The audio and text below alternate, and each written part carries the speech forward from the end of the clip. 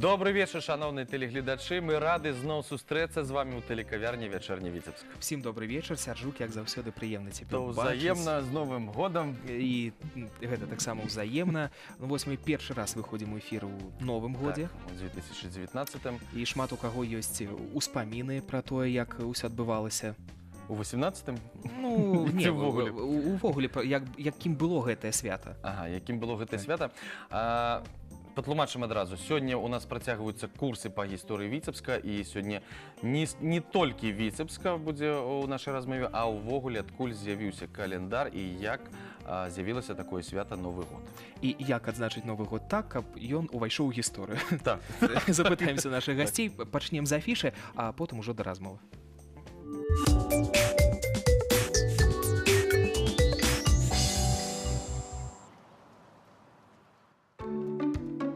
Культурно-исторический центр «Золотое кольцо Витебска-Двина» приглашает на традиционную новогоднюю выставку детского творчества «Сказки Рождества». Зрителей ждет хоровод рождественских образов, созданный с искренней верой в чудо, добро и сказку. Выставка работает с 10:00. Арт-центр Марка Шагала представляет выставку «Да будет свет. Фарфор Галины Дулькиной». Галина Дулькина – молодой скульптор-фарфорист, однако ее работы уже давно находятся в собраниях многих известных коллекционеров. Стилистика работ автора отсылает зрителя к произведениям супрематистов. Сформировав свой оригинальный стиль современного фарфора, а также развивая традиции русского и европейского авангарда, скульптор создает произведения, балансирующие на грани фигуративной пластики и беспредметности. Выставка открыта с 10:00. Национальный академический драматический театр имени Куба Колоса представляет комедийный спектакль по мотивам пьесы Мольера «Плутни из Капена».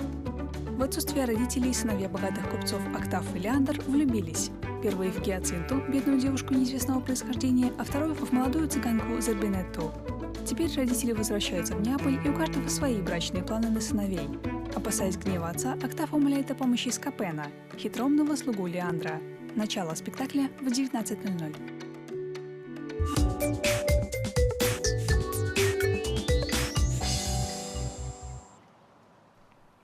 Яшчэ раз добрый вечер, шановні телеглядачі.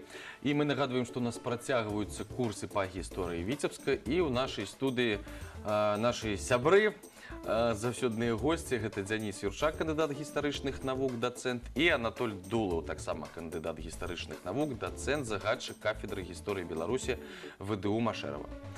З Новым годам! Вас таксама з Новым годам. З Новым годам. Віншуем. Так, ну і будзем разбірацца, в прынцыпе, адразу з гэтым Новым годам. І пачнем, напэўна, з календароў. Так. Адкуль што з'явілася, і вось гэтыя даты, гэтыя лічбы, 1 студзеня ці 1 верасня і ўвогуле. З календароў пачнем. Ну, можна пачаць сапраўды з календароў, таму што календар справа важная, але справа можа не зусім дакладная, таму што некалькі дзён таму все святкавалі Новы год, прычым адразу год свінні, хаця кітайцы яшчэ наступае. Здаецца, у лютым недзе у лютым, ну, як звычайна, ўсё змяшалася, таму ўсё ж такі з аднаго боку... І ўсе рабілі адбіўнушкі. Са свінушкі адбіўнушкі. З аднаго боку, гэта даволі дакладная з'ява календара. З другого боку, вось як паказвае практыка, можна ўсё змяшаць, таму што ў нас і зараз і кітайскія традыцыі панамешаны, зараз яшчэ актыўна прыдумваюцца славянскія прыдумваюцца новыя традыцыі. Бо славянскі гароскоп гэта міф. Ну, такога раней нідзе не сустракалі. І калі раптоўна шмат людзей пачынаюць дасылаць і святкаваць з годам арла, прычым чамусьці там размешчаны арэл, які далёка не славянскі, а гэта белагаловы арлан, сімвал Злучаных Штатаў Амерыкі. Пытанне, наколькі гэта падбіралі і хто ўвогуле гэтым займаўся. Таму міфаў вельмі шмат намешана, як паказвае практыка. Календар патрэбен, але вось мы, асабліва зараз, міфаў вельмі шмат намешана, калі ўсё заідэалагізавана, галоўнае, што яшчэ звязана з камерцыйнай мэтай пэўнай. Таму што Новы год, як аказалася, гэта выдатны камерцыйны праект, які атрымаўся за апошнія 2 стагоддзі, які даў вялікі эфект. Ну, наколькі вялікі эфект камерцыйны, я думаю, усе адчулі на сваіх кішэнях, калі свята скончылася, калі ўсім падарункі падарылі. Наконт календара, Раней у першабытных людзей асабліва мэты, напэўна, вось вызначаць дакладныя даты правядзення чаго-небудзь не было, але ў той жа час трэба было, напрыклад, сачыць за міграцыяй жывёл. Таму яны заўважалі, калі, у які час тыя ж, напрыклад, статкі бізонаў ці мамантаў, калі мы далей будзем глядзець, яны перамяшчаюцца з месца на месца. Але найбольш важнае значэнне каляндар атрымоўвае ў іншы час, у той час, калі адбываецца неалітычная рэвалюцыя, калі ўсё ж такі нашыя продкі, нашыя папярэднікі пераходзяць ад прысвойваючай да вытворчай гаспадаркі. Земляробства, яно прывязана да сонца, таму што вясной мы сеем, восенню мы ўсё збіраем, і святкуем дажынкі. Ну вось трэба неяк усё гэта прывязваць да календару. Таму сельскагаспадарчы календар гэта ўсё ж такі сонечны календар, хаця сонечнаму календару ўсё ж такі папярэднічаў месяцовы календар. Але як паказвае практыка, іх Ну, шмат. зараз все роўна садаводы-агароднікі карыстаюцца месяцовым. Ну яны могуць шмат чым карыстацца, у тым ліку і гараскопамі, таму тут ёсць. Старажытныя шумеры карысталіся. Ну, справа ў чым тут? Людзям для лічэння часу патрэбны былі нейкія цыклічныя, паўтараючыся праз пэўныя перыяды адзінкі, адрэзкі. І гэтыя адзінкі для лічэння часу дала сама прырода, і астранамічныя назіранні без асаблівых прыбораў дазволілі спачатку замеціць змену фазаў Луны. І таму месячны лік часу, лунныя календары, яны папярэднічалі відавочна сонечным календарам. Недарэмна сонечны календар першыню з'яўляецца ў 4-м тысячагоддзі да нашай эры у Егіпце, дзе даволі развіты былі астранамічныя веды. Ну і звязана гэта было з гаспадарчай дзейнасцю, само сабою. Але калі шумерам больш зручна было працаваць у начны час, і таму месяц, луна адыгрывалі значную ролю. Ну, заходзячы з кліматычных умоў. Егіпце быццам бы таксама спякотна, але тут сонца пачынае адыгрываць вядучую ролю, зыходзячы з таго, што да дня летняга сонцастаяння прыўрочаны быў зыход Сірыуса, зоркі Соцес, а таксама пачатак разліву Ніла, значит, пачатак гаспадарчага цыклу. Ну і далей атрымалася, што у тых народаў, якія ўзялі за аснову месяцовы календар, лунны календар, ён так ці інакш павінен быў быць згоднены з сонцам, заходзячы з гаспадарчых цыклаў, і таму пераходзілі гэтыя народы на месяцова-сонечны календар, як правіла, ну, ці нават на сонечны. Скажам, невядома дакладна, заходзячы з наяўных звестак, якім календаром карысталіся нашы продкі, усходнія славяне. Ёсць 3 асноўныя версіі. Першая версія, якой прытрымліваўся ў прыватнасці акадэмік Барыс Александрович Рыбакоў, што ад самага пачатку славяне-язычнікі, усходнія славяне, прынамсі, карысталіся сонечным календаром. Яна выклікае сумнеў. Гэта таксама, як і гіпотэза пра тое, што календар быў ад пачатку лунным месяцовым. Хутчэй за ўсё, ўсё ж быў якраз месяцова-сонечны календар, а потым адбыўся пераход на календар сонечны уже з прыходам хрысціянства. Гэта быў юліанскі календар, які прыйшоў до нас з Візантыі. Ну, калі казаць пра календары, калі зноў ж такі казаць пра той жа юліанскі календар, той год, ад якога трэба адштурхоўвацца, гэта 46-й год да нашай эры, калі Юлій Цэзар непасрэдна ўводзіць календары, калі ў той жа рымскай традыцыі пачынаецца святкаванне адлічэння новага года ад 1 студзеня. Але наколькі далейшыя ўздзеянні аказвалі якраз гэтыя традыцыі, тут можна шмат чаго казаць, выказваць пэўныя гіпотэзы, але тым не менш... Тут трэба разумець, да, што календар – гэта умоўная сістэма лічэння часу, якая ствараецца чалавекам, якая бярэ за аснову прыродныя астранамічныя адзенкі, але тым не менш, ну, не цалкам адпавядае прыродным цыклам, што зноў-такі немагчыма проста, ды не заўсёды патрэбна. Але, безумоўна, трэба ўлічыць яшчэ важную акалічнасць, пра якую пачаў казаць Дзеніс Валерыевич. Календар існуе заўсёды афіцыйны, і існуе календар народны, які можа недзе супадаць, але ў большасці выпадкаў ён будзе адрознівацца ад календара афіцыйнага дзяржаўнага. Ну, плюс народны ён яшчэ народны, можа, і зноў ж таки у нас свая спецыфіка, калі народны збольшага гэта ўсё ж таки рэлігійны календар, але ў сувязі з тым, што прыйшло хрысціянства, засталіся пэўныя язычніцкія традыцыі, тут яшчэ перапляліся. Ну, мы пра народнае зараз скажам у тым аспекце, што вось гэтыя прыкметы ўсе, так? Гэта прыкметы, гэта тыя ж сельскагаспадарчыя цыклы, таму што у прынцыпе для старажытнага селяніна Новы год гэта, тым больш калі будзем адштурхоўвацца ад канкрэтнай даты, ён нічога не дае. У яго ёсць сонца, у яго ёсць дзень вясновага сонцастаяння, калі сонца пачынае ўзрастаць, калі ў прынцыпе і Вялікдзень быў прывязаны менавіта да гэтага свята, ён у прынцыпе і зараз прывязаны, але крыху па іншай сістэме ўжо. І вось узнікае пытанне, што яму трэба пачынаць сяўбу, вось для яго галовы. А тое, што зімой там, як зараз мы змяняем дату з 2018 на 2019, ну гэта Звычайнаму селяніну гэта ўсё роўна. Утылітарнае значэнне якраз для простага чалавека. Гэта мы зараз надаем, мы ў іншым свеце, у іншую эпоху жывем. І гэта значыць, што раней пачатак года гэта не было свята, таму што трэба было пачынаць працаваць, так? Ну, можна сказаць, што это было свята. Гэта было свята, гэта была надзея на лепшы ўраджай, таму што калі не пачнеш працаваць, нічога не будзе, жыцця не будзе. Тут якраз шматлікія пэўны абрадавы комплекс якраз пэўных магічных дзеянняў і магічных формул, якія агучваліся, і тое, што дайшло до нас у фальклоры, няхай сабе з пэўнымі зменамі, трансфармацыямі, если казаць пра тыя тысячагоддзі, якія прайшлі. Гэта якраз ўсё завязана на свяце. Ну, свой час жа святкавалі там з першага сакавіка, так, напрыклад, як Новы год была дакладная прывязка. Абуджацца з вясны непасрэдна. Ну, калі казаць якраз пра усходнеславянскі арэал, ці пра так званую Русь, што мы маем? Як я ўжо сказаў, з хрысціянства прыйшоў календар юліянскі, але што характэрна, царкоўнае навалецце, яно пачыналася 1 верасня паводле Канстанцінопольскай эры. Ну, лічылася, што свет быў створаны менавіта ў гэты час. І лік, дарэчы, гадоў вёўся ў нас даволі працяглы час якраз ад стварэння свету. Але пры гэтым, калі мы звернем увагу на даціроўкі падзей у тых жа самых летапісах, мы заўважым цікавую рэч. Для летапісцаў год у большасці выпадкаў пачынаўся якраз у сакавіку. Але, як я ўжо сказаў, наўрад ці была прывязка менавіта да 1 сакавіка. Хутчэй за ўсё пачатак году быў плаваючым. Але так ці інакш, мы маем справу ў летапісных крыніцах з разнавіднасцямі сакавіцкага года. Гэта сакавіцкі год, які апярэджваў,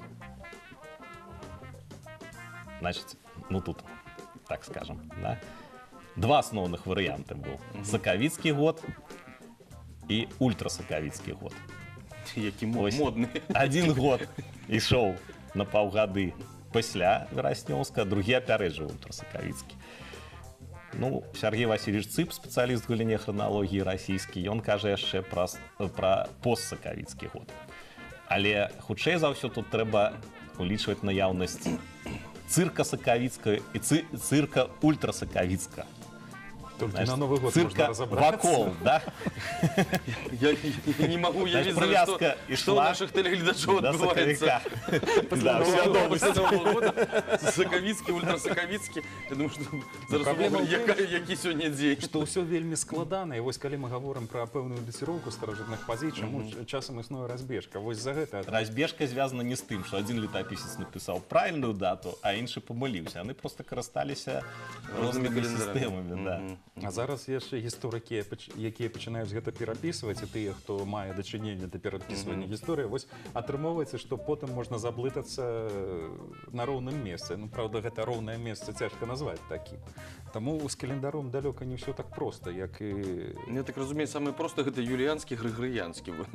Ну, і, дарэчы, Тут таксама магчымы Што нюансы. ж такое? калі казаць усё ж такі пра канстанцінопольскую традыцыю, яна таксама з'яўляецца не адразу. Яна з'яўляецца дзеля таго, каб развесці якраз рэлігійныя свята і ў прынцыпе пачатак Новага года, каб не сумяшчаць іх, у першую чаргу не сумяшчаць нараджэнне Хрыстова вось з пачаткам Новага года, каб гэта не атаясамлівалася. Хаця прыкладна ў гэты ж час, ужо ў часы сярэднявечча, монах Дыянісій палічыў калі нарадзіўся Ісус Христос, і адпаведна ад гэтага пачынаюць лічыць ужо не ад стварэння света, пачынаецца лічэнне гадоў ад нараджэння Хрыста, што ў прынцыпе карэнным чынам змяняе ўсю сістэму. Але вось гэты каляндарны стыль, ён і ў Еўропе, і на нашых землях тым больш, ён прыжываўся паступова і не адразу нават папам рымскім быў адобраны. У нас шмат чаго вельмі дрэнна прыжывалася. Да. Дарэчы, калі нават казаць пра юліанскі каляндар, мы ведаем, што ёсць грыгарыанскі каляндар, калі папа рымскі Рыгор XIII, ён прымае рашэнне пра ўвядзенне і удасканалення календара, калі ў сувязі з тым, што ўсё ж такі, нягледзячы на тое, што быў уведзены высакосны год, за некалькі стагоддзяў на той момант ужо нават і можна і пра тысячагоддзя з нечым казаць, розніца набегла, таму што ён не зусім дакладны, нават пры вось гэтай лічбе 365 дзён і 25 адпаведна яшчэ сутак. Гэта ўсё роўна недакладны астранамічны год, і розніца адчувалася. Дарэчы, розніца яна За 128 год накопліваліся адны суткі. І, дарэчы, нас Ну, адпаведна, за 1280 ужо наконт вось гэтай розніцы 128 год у 2100 годзе нас і Недалёка ўжо. наших нашчадкаў чакае новая змена. Ужо розніца будзе не як зараз, а розніца будзе 14 дзён. Таму, напрыклад, праваслаўныя будуць сустракаць нараджэнне Хрыстова не з 6 на 7, а з 7 на 8. Вось гэта ўжо перспектыва 2100 год. Розніца паміж дзвюма календарамі, яна зменіцца. Можна змяніць каляндар? Чаму не? Ну, што мы і назіралі, да? Наш Григорый XIII, папа рымскі, ён здзейсніў спробу на падставе праекту календарнай рэформы, які быў выкананы італьянскім навукоўцам Луіджі Ліліо, ці Алаізіем Ліліо. Ён здзейсніў спробу удакладніць календар, і спроба гэта аказалася, з навуковага пункту погляду, скажам, даволі ўдалай. Але праваслаўная царква, пратэстанты, яны гэта новы календар не прызналі, гэта мы назіралі ў тым ліку. На нашых землях, Денис Валерьевич зараз зацытуе урывак з Баркалабускай хронікі. Калі казаць пра нашы Денис Валерьевич ужо зачытаўся там. А як летапісец успрымае гэта? У год 1583 календар новы выдадзены ў часы караля Стэфана, мітрапаліта дзевачкі, уладыкі полацкага тарлецкага, ляха, які дагэтуль быў ратмістрам, але век свой аджыў. У той час была вялікая смута сярод паноў і духавенства, а таксама сярод простага люду. Людзі, убачыўшы, як усталёўваліся новыя святы, як старыя адмянялі, як пазакрывалі купцам таргі ды кірмашы, шмат плакалі, сварыліся, пагражалі, наракалі, рабавалі, пракліналі. Амаль што пачатак прышэсця антыхрыставага гэтае вялікае замяшанне азначала. А можа, гэта яно і было. Ну, па сутнасці, гавораць ледзь не пра канец света, вось калі пачынаюць змяняць календары. Гэта ўспрыняцце якраз нашых продкаў. Пра канец света амаль што кожны снежань, напэўна, кажуць, і яшчэ некалькі разоў на працягу года. І зараз чакаць, скажем, 2020 годзе. Это ваш прагноз, так? Анатолий Миколаевич, Да, могуць з'явіцца секты нейкія, якія могуць такое прапанаваць. Наконт канца света можна прыгадаць Европу, калі адзначалі тысячагоддзя з моманту нараджэння Хрыстова, ну тады многія рэальна чакалі канца свету. Як і на Русі ў 7000 годзе ад стварэння свету, 1492 годзе. У Европе не адбылося канца свету, потым палічылі, што не ад нараджэння трэба лічыць, а напэўна ад моманту, калі Ісус Христос быў распяты. Таму 1033 год гэта чарговы канец света. Нема. 1066 амаль ужо лічба д'ябла вымалёваецца. Нема. Но тое ж самае прыгадаем, колькі было зламана коп'яў вакол 2012 года, калі Майя напророчылі. 21 снежня мы тады ўвогуле ўмудрыліся паклікаць у Віцебскі дзяржаўны універсітэт вядучага і, напэўна, адзінага спецыяліста па старажытных маяў у Беларусі. Гэта Евген Александрович Красулін, дацэнт Беларускага дзяржаўнага універсітэта, чалавек, які удзельнічаў у раскопках на Юкатане, чалавек, які ведае мову індзейцаў Юкатану і іспанскую мову вывучыў, які абараняўся і займаўся гэтай праблематыкай. Прабачце, вы хацелі сустрэць канец света разам? Мы чакалі, што ён скажа пра канец света. Мы хацелі развеяць міф. І, в І, прынцыпе, дарэчы, у паточнай аўдыторыі тады сабралося вельмі шмат народу, сядзелі ў праходах, ледзьве не на падваконніках. ну, галоўнае, Ну, што- атрымалася? Атрымалася. Ён сказаў усю праўду. Галоўнае, што не трэба у першую чаргу блытаць каляндар мая і светаўспрыняцця мая, напрыклад, са светаўспрыманнем хрысціян. У іх гэтых эсхаталагічных поглядаў няма. Яны не чакаюць прышэсця Хрыстова. У іх была канкрэтная дата, гэта завяршэнне эры пятага сонца, 5126 гадоў, вось гэты вялікі цыкл. Дата прызначана, але ў іх в усведамленні, калі штосьці завяршаецца, пачынаецца штосьці новае. Таму у усведамленні мая ўсё добра. Пачалася новае сонца, пачалася новая эра. І, дарэчы, калі пачыналася гэты цыкл, яны не памыліліся. Тады, ў прынцыпе, больш 5000 гадоў таму дагэтуль нараджаюцца першыя цывілізацыі. Магчыма, тут можна календар мая браць як такі гістарычны, які адпавядае рэальным падзеям. Хаця ўсё гэта, ну, зразумела, супадзенняў можна шмат дзе знайсці. Так, але хацелася б вярнуцца ўсё ж такі да сітуацыі І з заблытаць увядзеннем яшчэ грыгорыянскага крыху. І, дарэчы, наконт мая яшчэ Да, не то некалькі... заблытак, не то разбыт. Правильно, про камень сонца ацтэкаў. Яшчэ вось наконт таго, як можна з міфу зрабіць прадукт, які будзе прадавацца. Набярыце зараз у гугле календар мая. Што вам, Іван ужо гэта робіць? што вам выдасць? А вам выдасць камень сонца ацтэкаў, які не мае ніякага дачынення да мая Да і мая. да календара іх. Хаця мае дачыненне да Мексікі і Юкатана, але ў сувязі толькі з тым, што і ацтэкі і мая пражывалі прыкладна на адной і той жа тэрыторыі, але ў розныя часы. Вось, усё. Таму гэта такі пшык інфармацыйнае грамадства, дзякуючы таму, што ў інтэрнэце вось цяпер можна знайсці такую легенду. Легенду. Добра, глядзіце, час у нас уже ідзе. Календар мяняецца. Ну, на сённяшні дзень яшчэ пакуль што наш абласны краязнаўчы музей святкуе 100гадовы юбілей, што там далей з календарамі і у які юбілей ён выльецца, невядома. Але зараз прапануем разам паглядзець адзін са 100 знакамітых і вельмі такіх цікавых музейных прадметаў.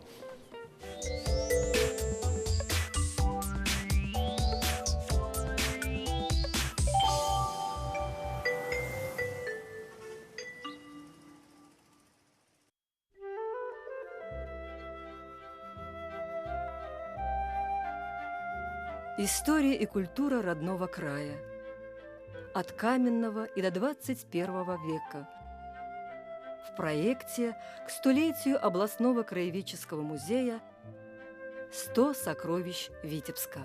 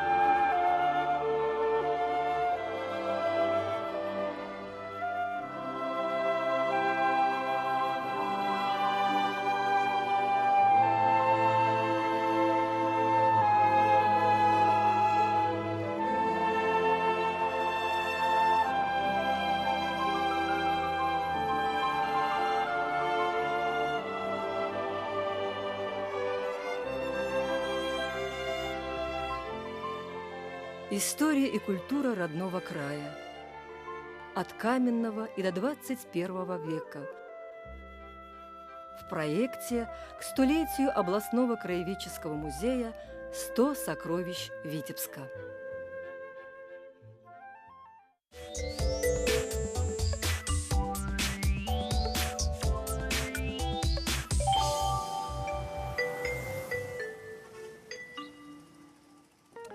Ну што ж, будзем спрабаваць далей разабрацца з Анатоліем Мікалаевічам. Ён хоча ўсё ж такі заблытаць нас, заблытаць. Ну давайте, паспрабуйце. Да. Так вось, пераход на григоріянскі календар, 1582 год, папская була, інтергравісімус. Услед за 4 кастрычніка пайшло 15 кастрычніка. Як мы высветлілі, гэта выклікала неадназначную рэакцыю. І самае галоўнае, гэта гістарычнае Конец света наступства. выклікала, што тут Да, амаль што.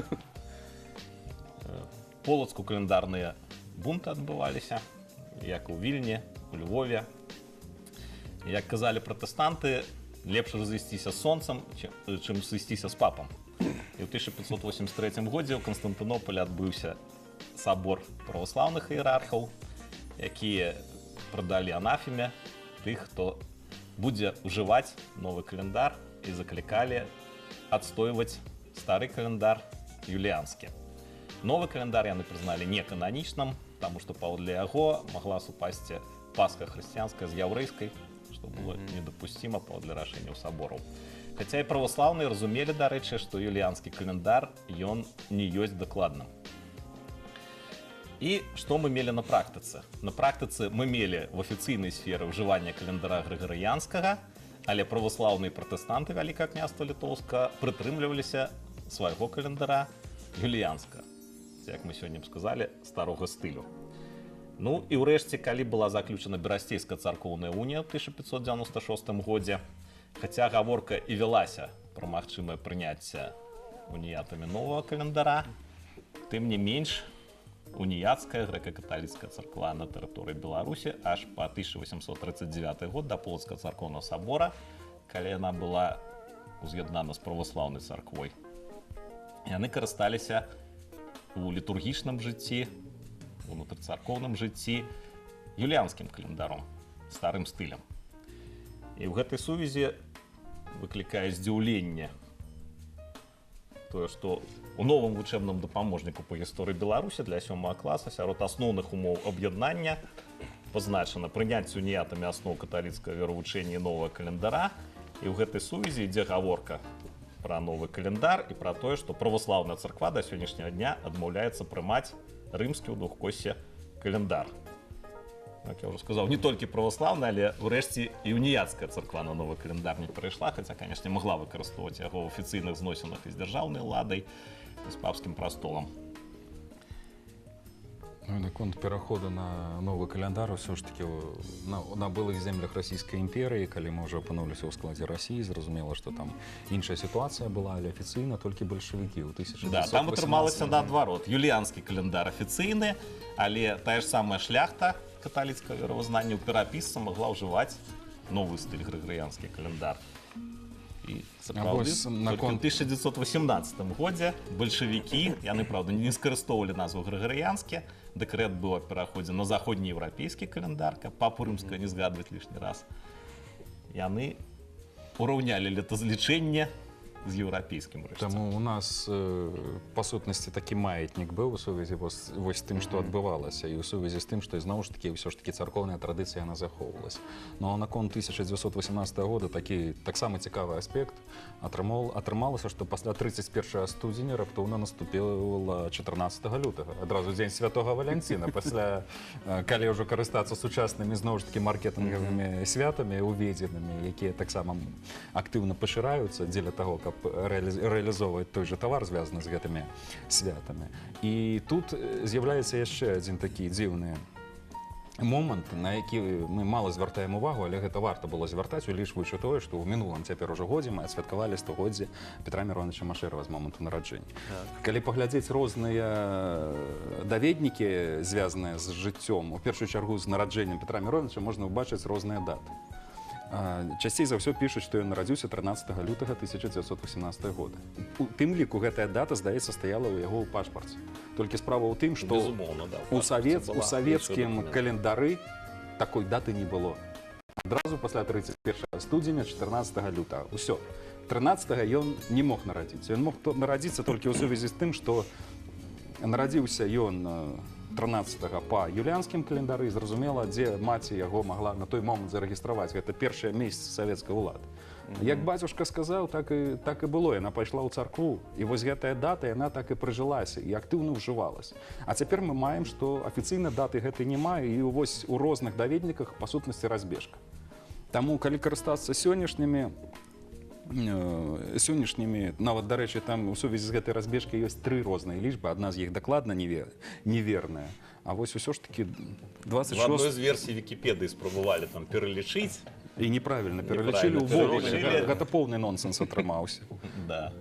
Па сутнасці 26 па-новаму. А конца света не 26 адбылося? 26 лютага. У тым годзе конца света не адбылося, таму што, глядзіце, рэвалюцыя вось толькі скончылася. Такія не змены. адбылося, І каляндар але- Па календару мая якраз усё змянілася, пачалося новае сонца.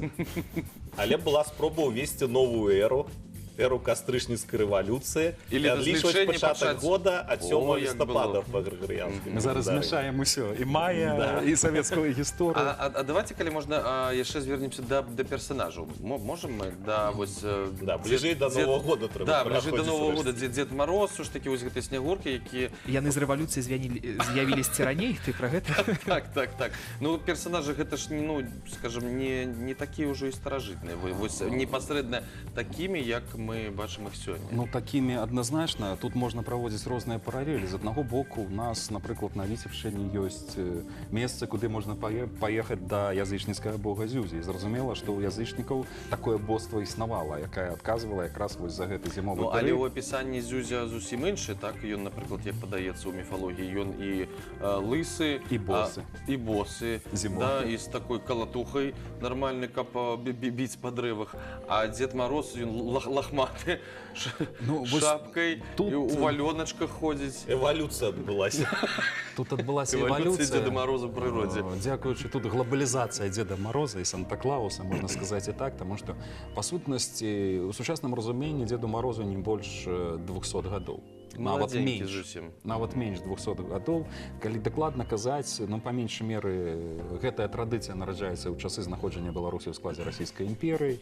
І дакладна можна назваць таго чалавека, ад якога можна адштурхоўвацца, гэта Адаеўскі, які напісаў казку пра Мароза Івановича, затым з'явілася праца Некрасава, Мароз, красны нос, і вось гэты вобраз паступова з'яўляецца. Праўда, на той момант ён яшчэ не дорыць падарункаў і не цесна звязаны з Новым годам. Затым, дзякуючы Астроўскаму, з'яўляецца вобраз снягуркі.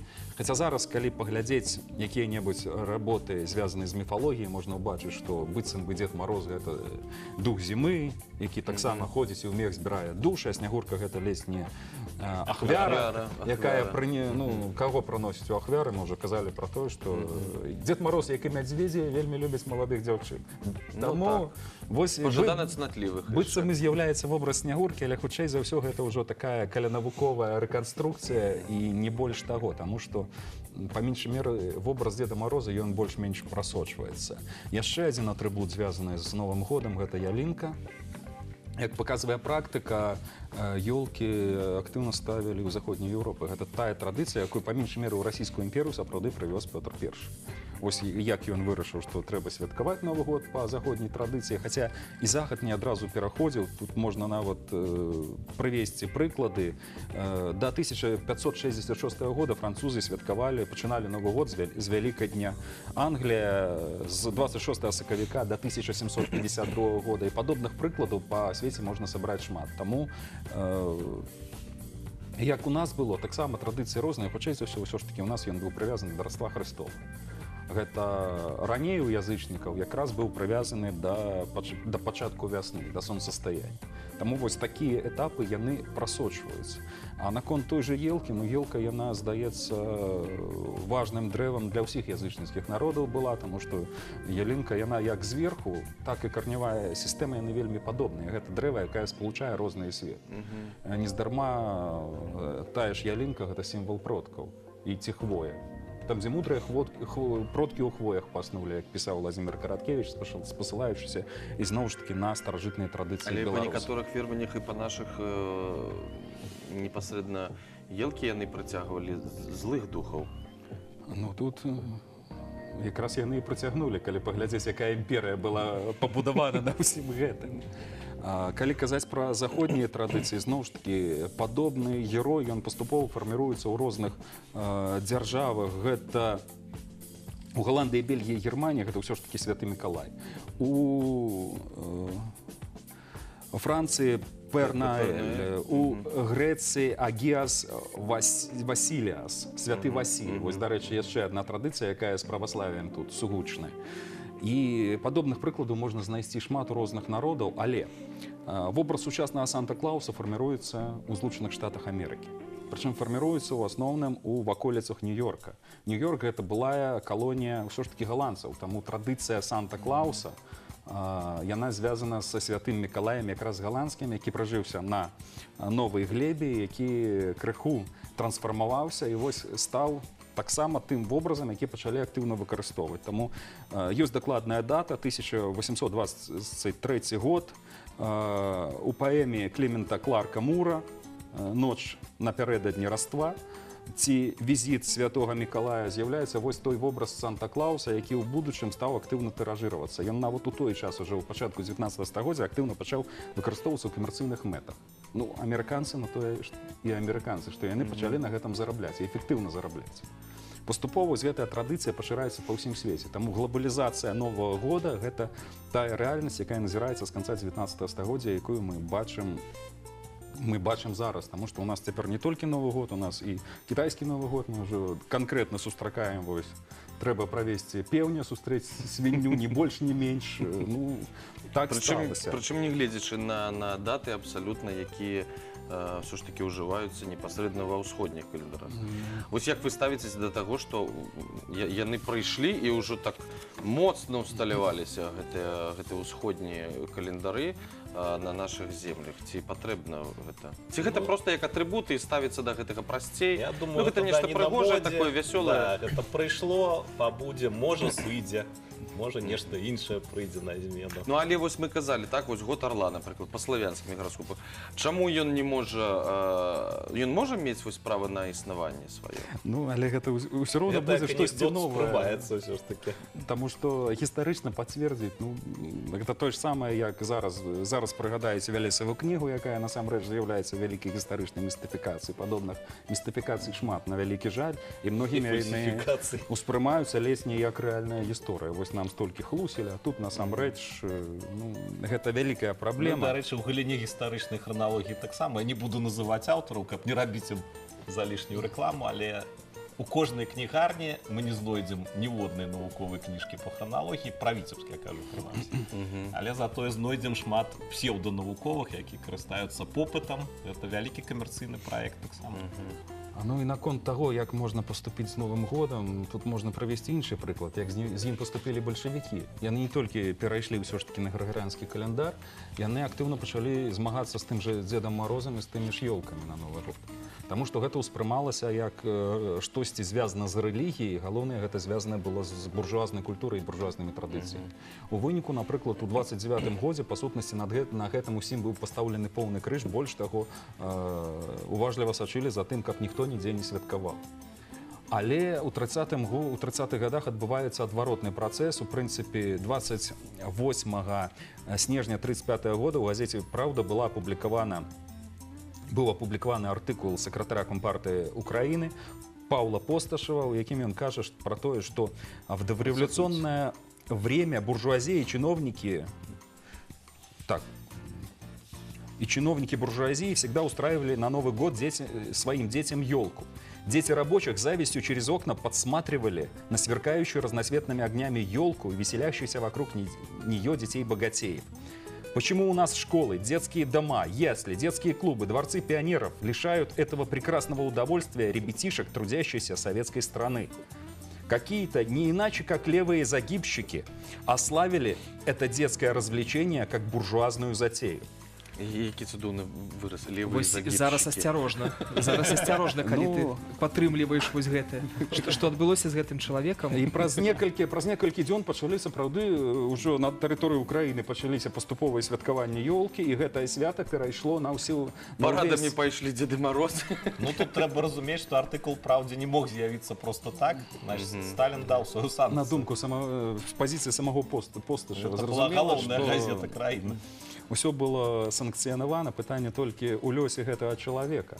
Хаця ён сам цесна звязаны з тымі працэсамі негатыўнымі, якія адбываліся ў 30-х гадах, але ён стаў сам ахвярай рэпрэсіўнай машыны, ён сам быў потым і звязаны, праўда, не з левымі, здаецца, справамі загібшчыкамі. Галоўнае, што ён прызнаўся, што ён быў супрацоўнічаў, здаецца, з 20-го года з японскай разведкай. Таму гэта японская разведка аднавіла Новы год у Савецкім Саюзе. Ну, тым не менш, 36-й год, затым 37-й, гэта традыцыя, калі Новы год, снягурка, ёлка стала вяртаюцца ў савецкую штодзённасць. Таму свята Новага года пачынаецца ўспрымацца, але ўжо не вось з гэтымі рэлігійнымі наслаеннямі, якія былі раней. Цяпер гэтае свята становіцца выключна свецкім і святкуецца якраз прывязанае да 1 студзеня. Пра раство, канешне, забылі, улічваючы барацьбу з рэлігіяй. Ну і далей пачынаюцца некалькі яскравых дат. Гэта 47-й год. З 47-го года 1 студзеня афіцыйна становіцца святам у Савецкім Саюзе. Таму гэта выхадны дзень і ўжо па-іншаму ўспрымаецца. Ну, праўда, Расія перагнала Савецкі Саюз у гэтым плане. Там выхадны тыдзень стаў. Можна толькі пазайздросціць. Затым 62-гі год, яшчэ важная падзея ў святкаванні, гэта першы так званы голубой аганёк, які адбываецца на савецкім тэлебачанні. Гэта азначае, што ўжо, ну тут, канешне, было ўсё звязана ў першую чаргу са з'яўленнем індустрыі тэлерадыёвяшчання. Таму чаму гэта раней не з'явілася, па простай прычыне адсутнічалі крыху сродкі. Ну і яшчэ адзін знакавы год, гэта ўжо 1976 год, калі неад'емным атрыбутам навагодняе свята на савецкім экране становіцца абавязковы зварот кіраўніка дзяржавы. На той момант Леонід Брэжнев непасрэдна выступіў па тэлебачанні, павіншаваў усіх савецкіх грамадзян з Новым годам. Таму вось гэта такая важная падзея, якая звязана з Новым годам. Па сутнасці, на той момант зараджаецца вось гэта традыцыя. Зараз у нас традыцыя гэта ўжо змяшанне ўсяго, і кітайскіх традыцый, і Санта-Клауса. Хаця у чымсьці, калі паглядзець, Дзед Мароз і Санта-Клаус падобныя, правда, нашаму... Касцюмы розныя. Касцюмы розныя, але нашаму пашанцавала. Яго дзяўчына маладая ёсць, але у Санта-Клауса толькі алені, і ўсё, больш нічога. Так што... Ну, але, разумееце, зараз дзеці маленькія, яны спалучылі ўсё гэта добра, яны чакаюць Дзеда Мароза таксама на аленях. І са снягуркай. Не тройка коні, так, са снягуркай і на аленях. Ну, все нормально спалучылася. Прыязджайце ўсе, будзем рады. Галоўнае падарункі. Прычым чакаюць не толькі дзеці, як паказвае практыка. Ну, ўсё ж такі, ці ёсць звесткі забаранілі амаль што, так, гэты рэлігійныя святы ўсе, раство, тое ж, каляды, але каляды засталіся?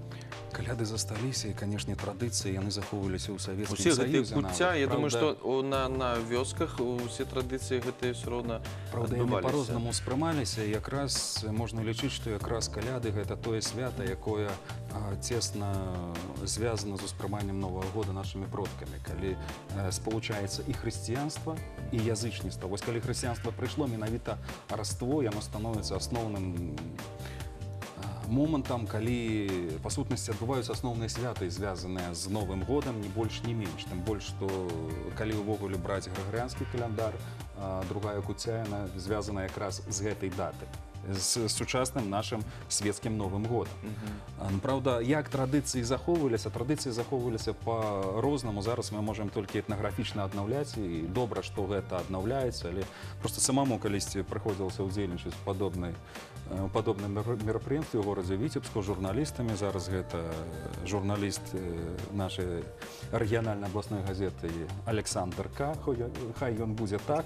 Але ідея була така, пройтися по установах Витебска, ось поколядувати. Костюми знайшли, але не зовсім правильні. Йому Чому ми не називаємо прозвище, я не розумію. Ну, Олександр Олександрович потім може покривдитися. Не, что он там натворил. Ну, натворив ён, як падрыхтавацца. Касцюмаў калядоўшчыкаў няма. Зорку зрабілі. Ён знайшоў 2 касцюмы белых мядзведзей.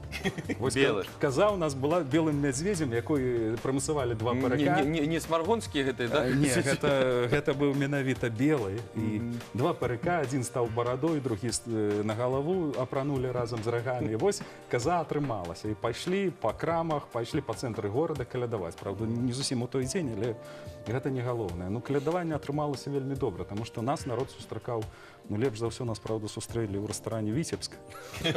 Асабліва ўлічваючы тое, што там святкавалі Особливо наведывали. жаночы юбілей нейкі, было толькі жанчын 20 і 1 мужчына. А тут зайшла каза. І ўсе кажуць, падарункі прыйшлі. Не, ён зайшоў са словамі, дзе каза рогам, там жыта стогам, Там жыта стогам. казу трымае, за бараду трымае, той шчасця мае. А касцюм быў яму маленькі, таму асаблівасці магутнага целаскладу былі добра праяўляліся. Ну, хлопец пайшоў па стале, ледзь яго выратавалі адтуль, таму было весела. Але наконт тых традыцый, якія ёсць, усё ж такі, калі вярнуцца, у нас цэлая сістэма святкавання, гэта 3 куці, гэта 3 асноўных святы, таму праваслаўныя яны пачынаюць каляды ад нараджэння Хрыстовай, заканчваюць іх на вадохрышча. Крыху іншая сістэма ў каталікоў, улічваючы вось Зноў-такі каляндарныя гэтыя асаблівасці. каляндарныя асаблівасці і рэгіянальныя асаблівасці яны ёсць, але ўсё роўна гэтыя па сутнасці 2 тыдні гэта быў перыядам вялікіх свят, калі нічога нельга было рабіць, калі моладзь адпачывала, збіралася у хатах, святкавалі, гулялі, тая ж жаніцьба цярэшкі, яшчуры іншыя варажылі, гэта таксама вялікі пласт, пра які можна казаць бясконца, і прыкладаў шмат.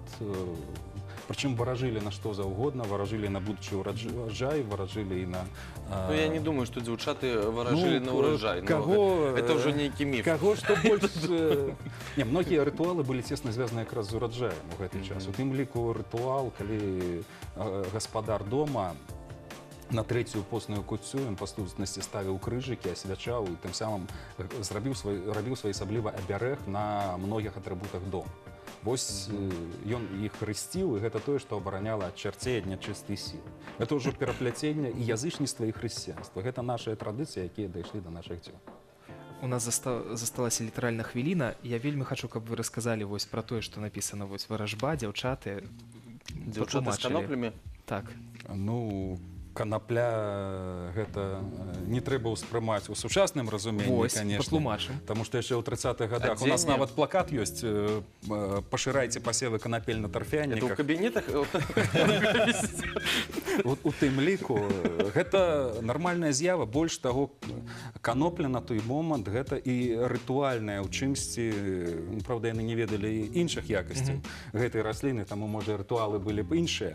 Але, напрыклад, бралі каноплі ці просы, дзяўчаты ішлі да якой-небудзь хаты, рассыпалі гэта ўсё і слухалі, што адбываецца ў хаце. Калі казалі: «Ды ідзі ты, схадзі», гэта азначала, што калі ідзі, ну, пойдзе дзеўка замуж. Калі не хадзі, не трэба, адпаведна, не атрымаецца ў гэтым годзе. Ну, і вось усё лавілі кожнае слова. І потым самі сабе прыдумвалі гараскоп. Калі чулі, што сварацца ў хаце, значыць, дрэннае будзе сямейнае жыццё. Калі там лад, значыць, добра дзяўчына выйдзе замуж.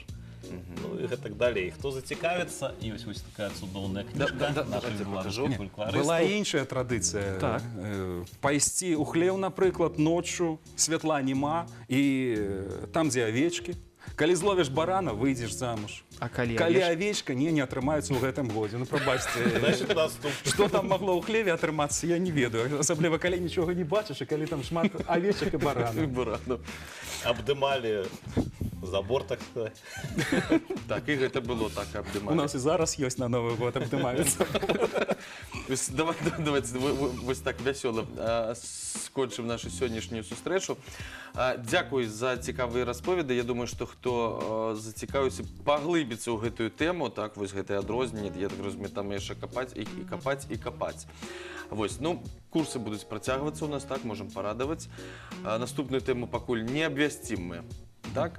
І зараз што, нам застаецца сказаць зноў дзякуй і давайте паглядзім разам навагодні выпуск Александра Каренмана. Хто ж да яго вось пасля гэтых святаў трапіў у тэлек?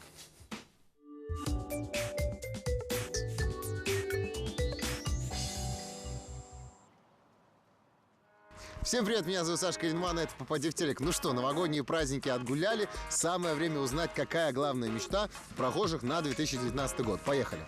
О чем мечтаете в этом году, уже наступившем? Не расскажу, да? Не расскажу. Не, ну серьезно, есть вот какие-то... Для детей только. Остальное это самое... Да. Самое остальное уже приложено. Здоровья всем, да. Любви, наверное. Найти свою любовь? Да, свое счастье. Ну, я думаю, что никогда не поздно просто сказать об этом всем. Так, я ставлю перед собой цель найти в этом году свою... Любовь. Главная мечта этого года, наступившего. Ой, я не знаю, если честно. А я уже ни о чем не мечтаю, я человек разочарованный в жизни. Слушайте, ну подарили вам какой-то классный подарок, которому вы очень обрадовались? Ну, конечно. Что это? Сережки. Сережки? Да. Они на вас? Да. Покажите. Очень красивые. Они даже в волосы немножко ушли туда. Да, да. Сложно их найти порой. Чтобы сын женился. Так, уважаемый сын, вы слышали? Задачу приняли. Выполняйте. Но надо на это как-то повлиять, надо же ему невесту найти какую-то, да? Ну и я считаю, что есть. Уже есть. Подходящий. Ее зовут Лиза, его зовут Саша. Лиза и Саша, совет вам да любовь. И горько. Что под елкой нашел? Я нашел гибкий трек. Что? Гибкий трек. Гибкий трек? Да. Это что такое? Это такой трек, который гнется как захочешь. А что такое трек? Расскажи, пожалуйста. Ну, где там машину запускаешь, и она А-а-а. чем-то. Круто. Ну, ты хотел такой подарок? Да. О чем мечтаешь в этом году? Вот какая твоя главная мечта? Чтоб весь этот год был снег, зима. Ты чё? Прекрати. Так, не считается. А чего ты так зиму любишь? Потому Конечно, что... у тебя гибкий трек, ты можешь дома сидеть. Потому что Новый год.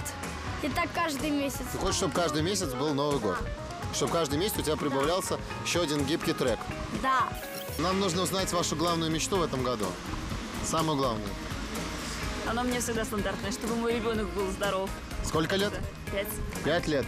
Уважаемый мальчик, как зовут? Даниил. Уважаемый Даниил, будь, пожалуйста, здоров.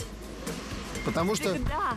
Не, ну, я же это самое, абсолютно это самое всегда. главное для родителей. мы желаем вам самим здоровья, вашим детям и хорошего Нового года.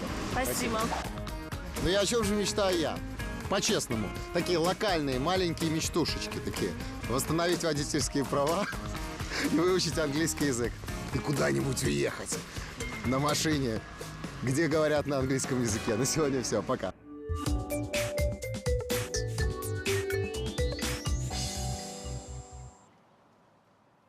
Ну вось мы з Сержуком далучаемся да самых прыстойных пажаданняў. Пажаданняў.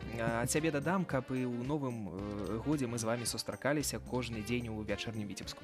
І курсы, каб, канешне, працягваліся А надалей. яны будуць працягвацца. Яны будуць працягвацца, таму што шмат яшчэ цікавага, невядомага засталося для нашых гледачоў.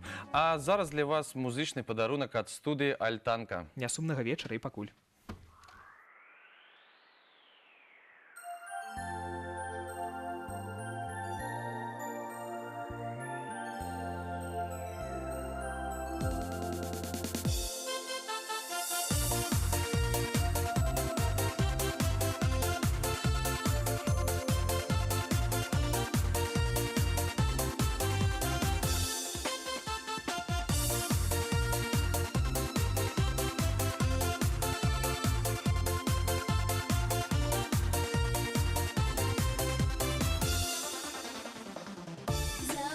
их кружится, стали белыми дома и узорами на стеклах.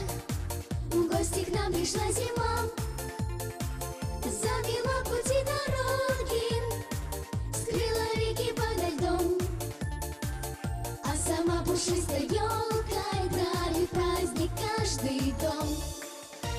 Все вокруг ликует и поет, мы встречаем вместе Новый год. Смех и шутки, тысячи затей, это праздник взрослых и детей. Это время сказки и мечты, загадай желания и ты, загадай и знай, что все равно непременно сбудется оно.